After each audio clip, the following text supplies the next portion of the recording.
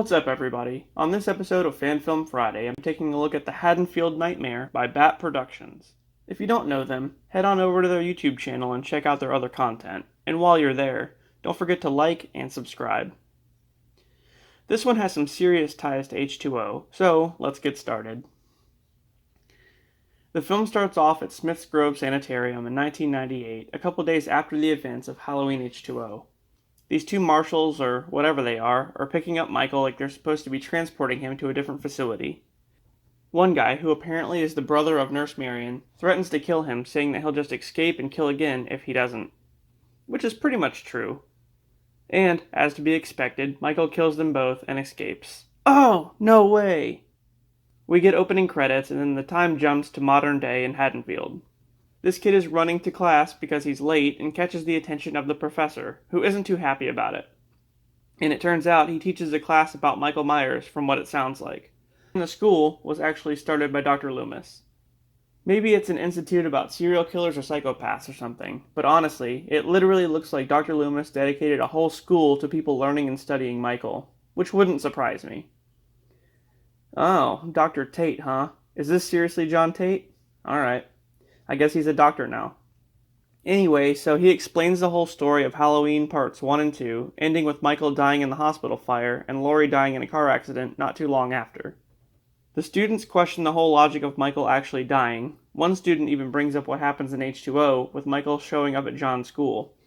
But he quickly throws it away, saying that they killed the wrong person and that Michael's been dead since '78 pretty much. I don't think the class knows that their professor is actually John Tate from that story. Anyway, the girl in the middle here is John's daughter, Lauren. Back at home, she tells him that he almost blew his cover in class, when he got distracted over the class mentioning Laurie.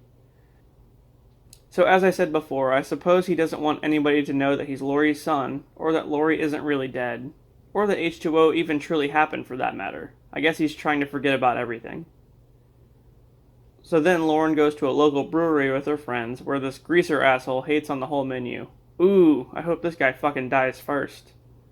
A bit later on, these two are driving to go check out the long-abandoned Smith's Grove Sanitarium and do a little B&E to get inside.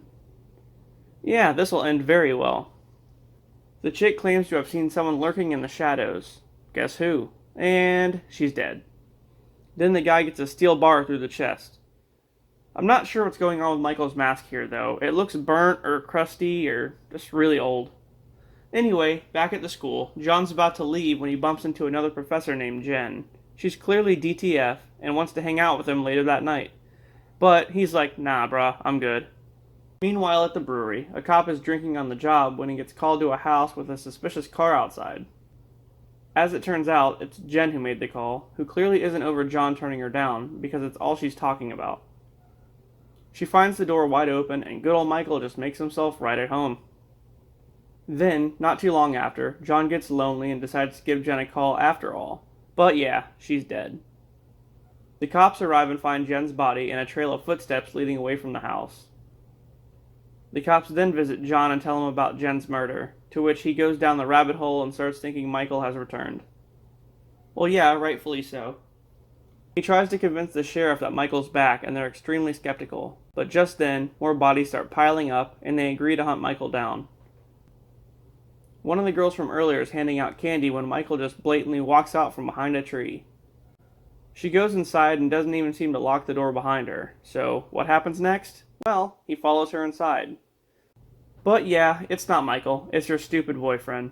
She scolds him for it, saying it's not appropriate to wear that costume on Halloween, and he's just like, what do you mean, bro? Then, the real Michael shows up to show him how it's done. Wow, she just got stabbed in the back and got right up and walked away. I think she's in the running to be the next Michael. And why would you run upstairs and corner yourself? The rest of the group's waiting outside to pick the two up, and the asshole guy walks in and drinks up all their beer. What a douche. Just as Lauren and the other friend are about to go in to check on them, John calls her and says not to, and tells her to wait. Meanwhile, the cops head over there too. Oh, here it is, the showdown. As to be expected, the girls go inside anyway and meet Michael face to face. Miraculously, the girls get out and drive away, meeting up with the cops back at John's house. And then, as this is going on, John heads to the murder scene to confront Michael head on. He beats him with a stick and throws him in the back of his car.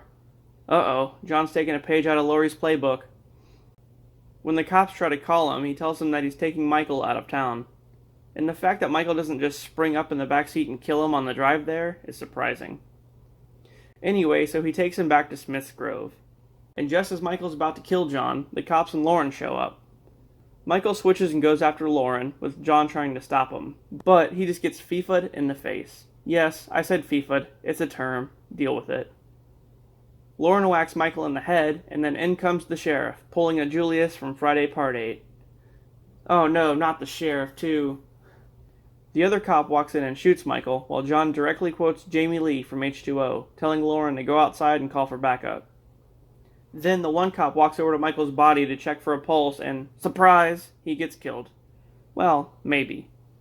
John and Michael engage in a fight, and John beats Michael down with a crowbar. When it's apparently over, one of the cops somehow survives and leaves with John, as Michael's hand twitches. The end. Well, guys, that was awesome. They did a very good job with this. I like the tie-in with H20 and how they brought back John Tate. I wish they'd do that in the theatrical films. Anyway, I loved Lauren, but her friends sucked though. And the way it ended in Smith's Grove was pretty cool. A really good full circle moment. However, I knew he wasn't going to actually die in the end. He never does. Because you can't kill the boogeyman, right? Well, I think they should definitely make a sequel, and if you do, hey, I'm available. Anyway, if you guys want to check this out for yourself, head on over to their YouTube channel, and make sure you check out all their other content too. Alrighty then, this has been Fan Film Friday. I hope you guys enjoyed it, and if you did, please don't forget to like and subscribe for more stuff. And I'll see you next time.